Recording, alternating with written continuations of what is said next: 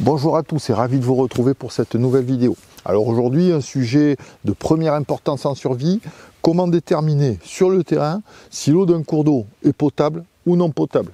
Alors vous entendrez ou vous lirez souvent que c'est impossible à analyser sur zone, pourtant on va voir qu'avec un minimum d'expérience et de formation, c'est tout à fait faisable.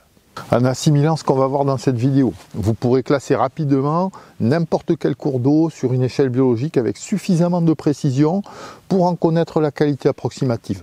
Tout ça sans matériel et dans la plupart des régions du globe. Alors aujourd'hui, il va falloir s'accrocher un petit peu quand même, parce que pour faire notre analyse biologique, entre guillemets, il va falloir s'intéresser aux petits invertébrés d'eau douce qui sont mal connus. Et on va voir pourtant qu'avec quelques connaissances de base, on va facilement les trouver et les identifier. Alors il se trouve que certains invertébrés, certaines larves d'insectes en particulier, sont très sensibles aux pollutions et vont nous servir de bioindicateurs. La prolifération de métaux lourds, de pesticides, de fertilisants et de pollution domestique en général entraîne une rapide disparition de certaines espèces. Alors pour simplifier, dans un cours d'eau non pollué, on va systématiquement retrouver un groupe faunistique bien particulier. Alors notre objectif étant de rechercher ces différents invertébrés d'eau douce, de les identifier pour s'assurer de la potabilité de l'eau. Alors il faudra avoir quand même une bonne vue de près et quelquefois même une loupe ou l'aide d'un téléphone portable pourra vraiment être utile de façon à éviter les confusions entre les différents ordres d'insectes. Alors pour ceux qui vont pratiquer et acquérir un minimum d'expérience, vous saurez très vite vous servir de cette technique pour différencier une eau potable d'une eau suspecte d'une eau non potable. Alors la méthode qu'on va voir aujourd'hui, c'est une méthode fiable en conditions de survie, mais c'est bien sûr un modèle qui va avoir quelques limites. Alors premièrement, c'est une méthode qui va donner d'excellents résultats sur des zones d'eau courantes ou vives et qui sera moins pertinente dans des eaux calmes ou stagnantes comme sur des lacs. À savoir que vous manquerez souvent d'indices en eau calme et que sans indices vous aurez de la peine à établir un diagnostic. On va avoir exactement le même genre de problème lorsqu'on est très proche d'une source. Mais là, il suffira de marcher quelques centaines de mètres de façon à ce que le biotope s'organise un petit peu autour de ce cours d'eau. Disons qu'à 500 mètres environ en aval de la source, les conditions sont généralement réunies de façon à ce que vous puissiez poser un diagnostic correct. Alors, autre limite plus problématique, c'est celle des pollutions ponctuelles, qu'elles soient d'ordre physique, chimique, biologique. Alors ici, on va parler d'un cadavre d'animal ou d'un produit chimique, par exemple, qui aurait été déversé en amont du point de prélèvement ou au niveau du point de prélèvement. Alors il va falloir être attentif et on va voir comment y remédier, mais il y aura toujours un risque dans ces cas-là, le cas de pollution ponctuelle. Donc l'échelle biologique qu'on va voir aujourd'hui va nous renseigner sur la qualité de l'eau du cours d'eau sur le tronçon considéré. Lorsqu'on obtiendra un bon score sur cette échelle biologique, c'est que l'eau est potable et c'est que la qualité de l'eau est irréprochable sur le temps long. À savoir que nos observations biologiques vont tenir compte des effets cumulés des pollutions passées et des pollutions présentes. La technique qu'on va voir aujourd'hui est globalement plus fiable, plus solide que de simples analyses chimiques ponctuelles qui seraient faites sur le même cours d'eau le même jour. Dans les deux cas, échelle biologique faite par l'observation que je vous propose aujourd'hui ou analyse chimique faite par un laboratoire, la faiblesse restera toujours qu'une pollution ponctuelle ait eu lieu le jour du prélèvement. C'est donc un risque qui sera aléatoire puisque vous êtes dans la nature et qu'il vous sera impossible de tout contrôler. Dernière contrainte, la technique ne fonctionnera pas dans les estuaires, dans les eaux saumâtres, les eaux salées, ni les régions polaires.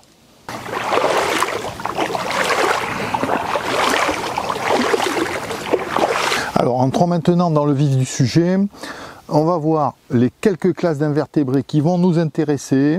On va se concentrer sur les familles que l'on retrouve dans les eaux potables ou quelquefois limite eau potable.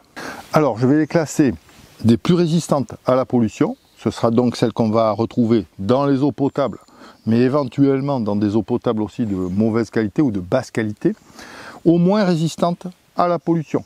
Donc celles-ci, ça sera celles qui ont la pollusensibilité la plus importante, à savoir celles que l'on ne retrouvera que dans des eaux d'excellente qualité.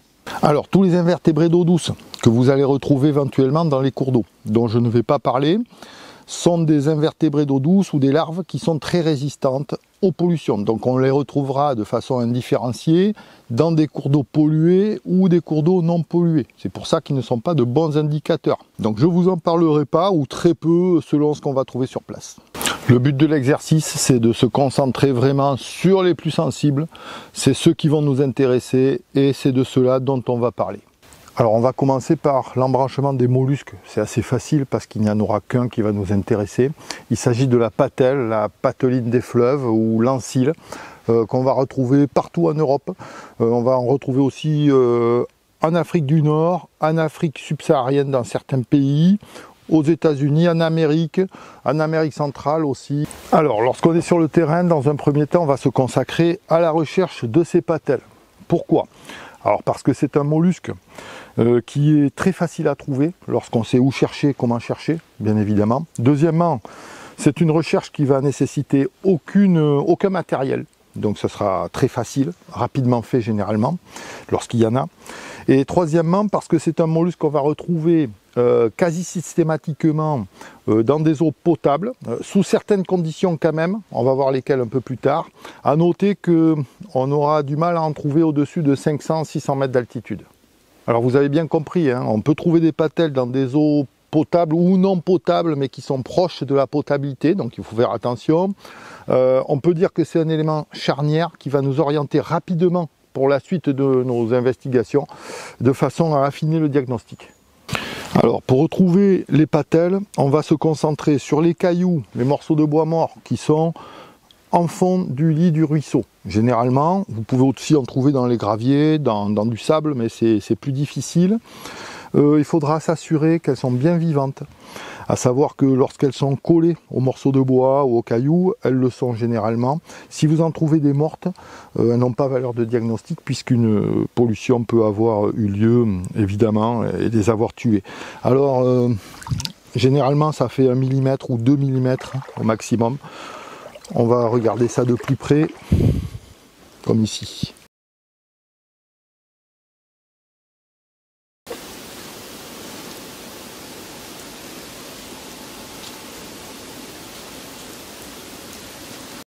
Voilà, si vous n'avez qu'une seule chose à retenir de cette vidéo, c'est bien la recherche des patelles. Donc on va voir que ce n'est pas suffisant, mais ça reste une vraie clé de détermination pour la recherche de l'eau potable en survie. Dans tous les cas, lorsque vous aurez la présence de patelles, vous ne prendrez pas de grands risques à boire l'eau directement. Alors avant de passer à la reconnaissance des larves d'insectes encore plus sensibles à la pollution que les patelles, on va aborder une notion fondamentale, c'est la notion de diversité faunistique que l'on va rencontrer sur le cours d'eau considéré. Dès que vous avez déterminé la présence ou pas de patelles, vous allez collecter et recenser un maximum d'invertébrés différents. Alors cette notion de diversité faunistique, diversité des familles, elle va nous donner une très bonne indication sur la qualité générale de l'eau. Systématiquement, plus la diversité est grande, meilleure est la qualité de l'eau. Alors attention, ce n'est pas le nombre d'individus de même individu qui va nous intéresser, ou d'individus de la même famille, mais bien la diversité des familles rencontrées. Alors les larves en tout genre, les mollusques, les crustacés, les vers, etc. Alors si par exemple vous vous retrouvez en présence d'une invasion de patelles, hein, c'est un cas d'école, et que vous ne retrouvez quasiment rien d'autre, pas d'invertébrés d'eau douce, ce qui va être relativement rare quand même, vous allez certainement être en présence d'une eau non potable ou vraiment à la limite de la potabilité, donc il faudra vraiment se poser des questions. En revanche, si vous trouvez une grande variété d'invertébrés d'eau douce sur la même zone avec vos patelles, là vous serez très certainement en présence d'une eau potable. Donc on va voir un peu plus loin comment on fait pour déterminer ça. Alors cette diversité, lorsqu'elle existe, elle va toujours renforcer la qualité de l'eau sur notre échelle biologique. Alors cette notion de diversité, on va la répartir en 3 catégories. Les cours d'eau où l'on trouve de 5 à 9 familles différentes, ceux où on va trouver entre 10 et 14 familles différentes, et ceux où on trouvera plus d'une quinzaine de familles différentes d'invertébrés d'eau douce, tous confondus. Alors pour la collecte des larves maintenant en particulier, Vous pouvez vous munir d'un filtre à thé, d'un tamis fin ou de n'importe quel tissu, mais en réalité il est toujours possible de se débrouiller avec les moyens du bord. Donc là je vais utiliser un roncier qui va m'être utile. Bon, utilisez de préférence des tissus, quand vous utilisez des tissus, qui soient clairs, de façon à bien repérer vos captures. Alors ici, je vais utiliser uniquement ce que j'ai en première ligne, ce que j'ai dans les poches. Donc je me suis volontairement mis dans une situation un petit peu dans lesquelles on est lorsqu'on est en véritable survie, pour que ça soit réaliste. Mais bon, il faut savoir que si vous avez un tamis ou un filtre de bonne qualité, bien fin, vous aurez évidemment plus de facilité à récupérer les larves d'insectes.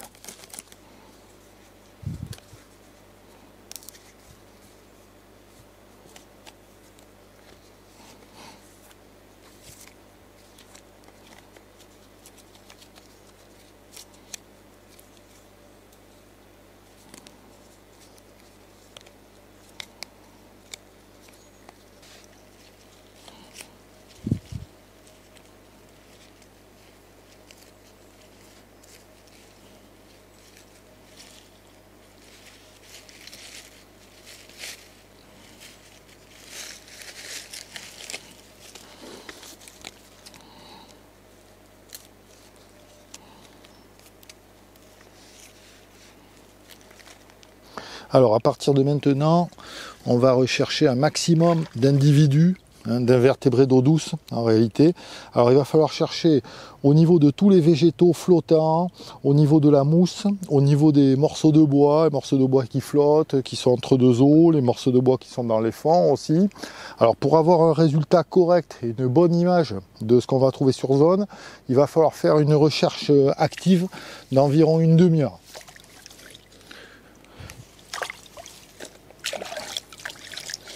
Donc voilà la méthode très simple. Donc alors on trouve de suite de la gamarre, évidemment. Donc on va voir ça de plus près. Mais il semble aussi qu'on ait peut-être quelques éphéméroptères ou des plécoptères.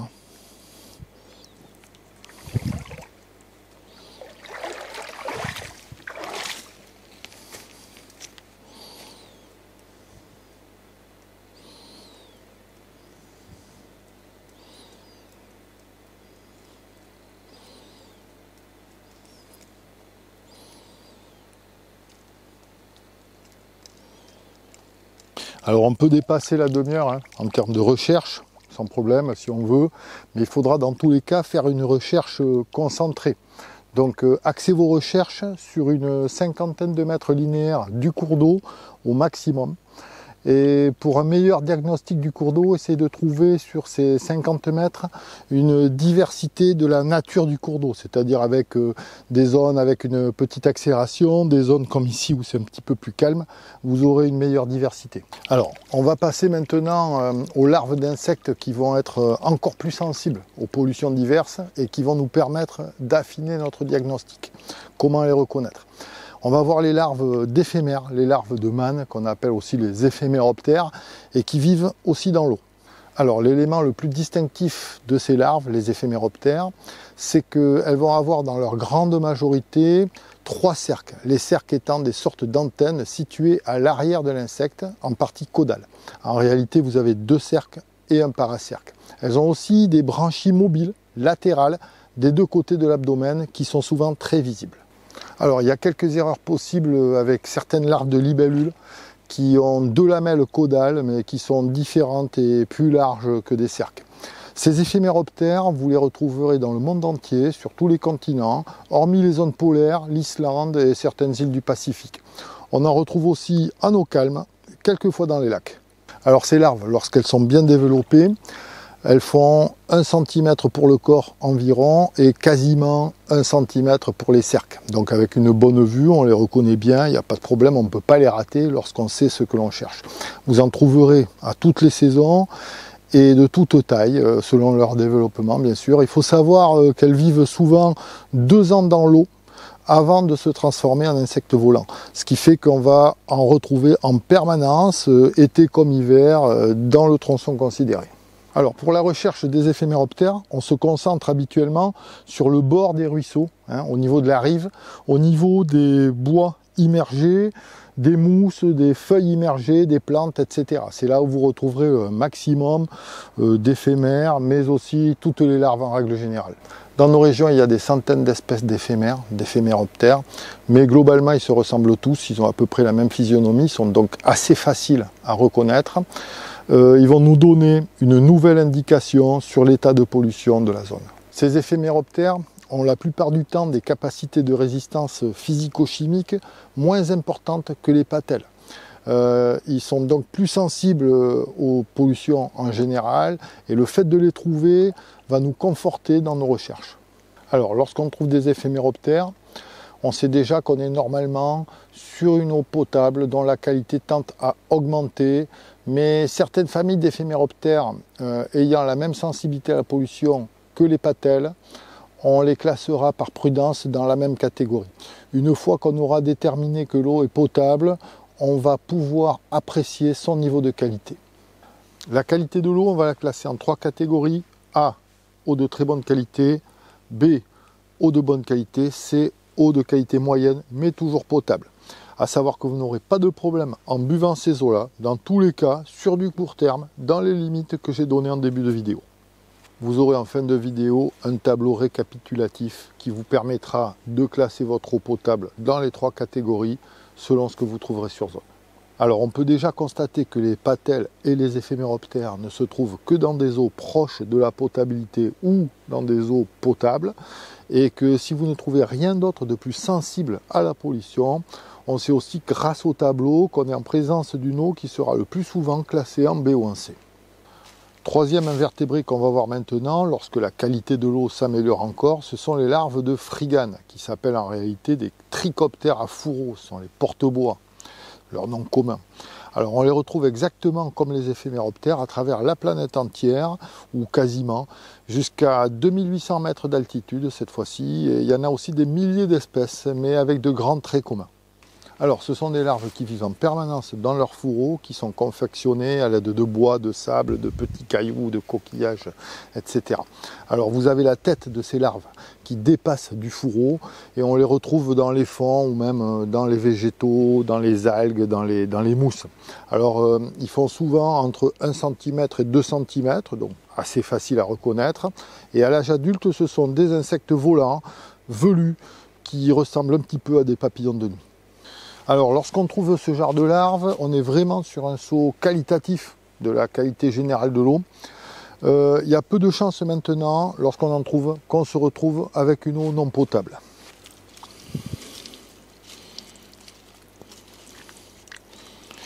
Alors là je le fais avec un chèche parce que j'ai pris ça aujourd'hui, mais bon on peut le faire avec un bob, une casquette, hein. Ça peut être fait un petit peu avec n'importe quoi.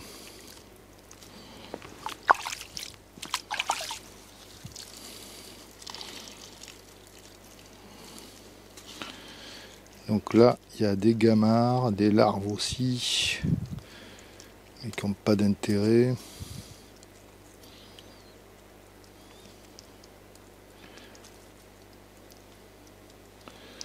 Voilà, ça c'est un porte-bois, donc ça c'est du trichoptère à fourreau a priori, qui va nous intéresser. Donc là, la larve est à l'intérieur, hein. Celui-ci est fait de petites brindilles de bois parce qu'ici on est sur une zone forestière et qu'il n'y a quasiment pas de gravier.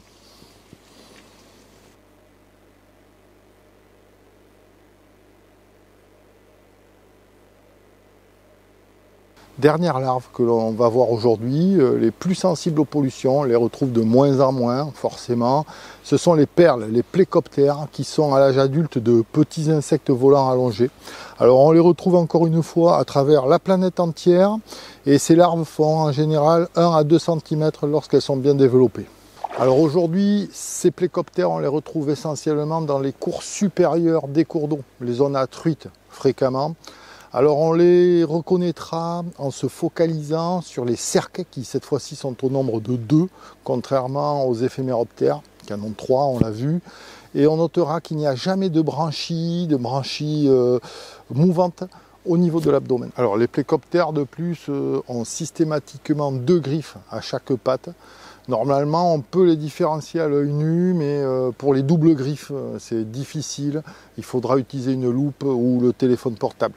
Alors il ne faut pas les confondre non plus avec des larves de trichoptères libres qui ont 2 branchies caudales et qui sont quand même bien différentes des cerques. Quelques éphéméroptères ont aussi 2 cerques, mais ils sont très rares et ils ont systématiquement des branchies latérales, donc on peut les différencier généralement à l'œil nu. Les plécoptères, on ne les retrouve que dans des eaux systématiquement non polluées, très pures, potables, donc c'est vraiment un marqueur décisif lorsqu'on trouve des plécoptères. Ici des petits escargots spiralés avec une coquille spiralée, donc ceux-là ils sont très résistants aux eaux même polluées, donc ça ne m'intéresse pas. En revanche je note, ça fait une espèce supplémentaire qui s'ajoute à la diversité faunistique. Alors dans les fonds je trouve plusieurs sortes de vers, hein, au moins 3 différentes. Donc là, c'est intéressant pour la diversité, mais les vers sont très résistants généralement aux pollutions diverses, donc ça ne va pas trop m'intéresser. En revanche, je vois a priori un éphéméroptère qui va m'intéresser, lui. Il va falloir le remettre dans l'eau, dans une timbale ou quelque chose comme ça, de façon à être sûr de pouvoir bien l'identifier. Notamment par rapport au nombre de cerques. Quelquefois on disposera de très peu de matériel, on pourra facilement mettre quelques débris sur une grosse pierre, sur un poncho ou sur n'importe quelle surface lisse. Ça nous permettra de bien déterminer les insectes et les larves d'insectes qui sont sur zone.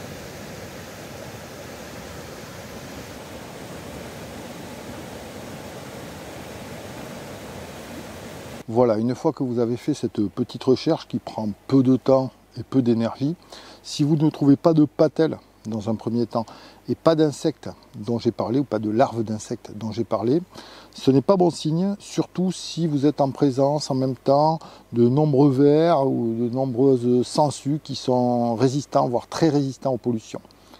Alors dans ces cas-là, l'eau n'est pas potable, il vous faudra la faire bouillir, il vous faudra la filtrer ou la traiter. A contrario, si vous retrouvez de nombreux invertébrés résistants aux pollutions, mais qui sont accompagnés d'une bonne diversité faunistique, plus de 15 familles par exemple, et que vous trouvez aussi des larves d'insectes dont on a parlé aujourd'hui, vous aurez de l'eau potable, vous pourrez la boire directement à coup sûr dans des conditions de survie. Pour pallier le problème des pollutions ponctuelles maintenant, il y a 2 solutions. Donc première solution, on peut faire une recherche scrupuleuse en amont du point de prélèvement sur 500 mètres environ, c'est conseillé, et on va bien vérifier qu'il n'y ait pas de zone où les animaux pataugent fréquemment, qu'il n'y ait pas de crottes d'animaux, qu'il n'y ait pas de détritus particuliers ou de cadavres d'animaux. Donc ça donnera quand même une certaine sécurité à votre prélèvement. Deuxième solution, vous pouvez creuser un trou lorsque c'est possible en bordure du cours d'eau. Ce trou va se remplir naturellement et vous pourrez vous y approvisionner en eau. Alors en partant d'une bonne qualité de l'eau de votre cours d'eau, avec cette technique, vous filtrerez les pollutions qui pourraient être intempestives et ponctuelles. Donc c'est une façon simple et naturelle de le faire. J'ai déjà fait une vidéo à ce sujet que vous retrouverez facilement sur la chaîne. Alors encore une chose, vous pouvez utiliser cette méthode pour repérer autour de chez vous les meilleurs points de collecte en analysant les différents cours d'eau. Si jamais vous aviez besoin de vous ravitailler en eau de bonne qualité, il est dans certains cas préférable d'éviter les zones très fréquentées comme les sources où tout le monde se rue dans certaines circonstances. Dans ces cas-là, les sources sont des endroits moins sûrs, qu'elles soient publiques ou privées, elles sont toujours très connues. Et lorsqu'on est capable de se ravitailler de façon discrète, quitte à filtrer un peu une eau que l'on sait déjà très bonne à la base, ça peut être intéressant dans certains cas. Voilà, cette méthode est une méthode issue de recherches scientifiques, bien sûr, validée, volontairement simplifiée et prudente, de façon à être utilisable sur le terrain, sans matériel et avec seulement quelques connaissances de base. C'est une méthode opérationnelle et c'est ce qui nous importera sur le terrain dans des conditions de survie. C'est du contenu que vous trouverez très rarement, voire pas du tout.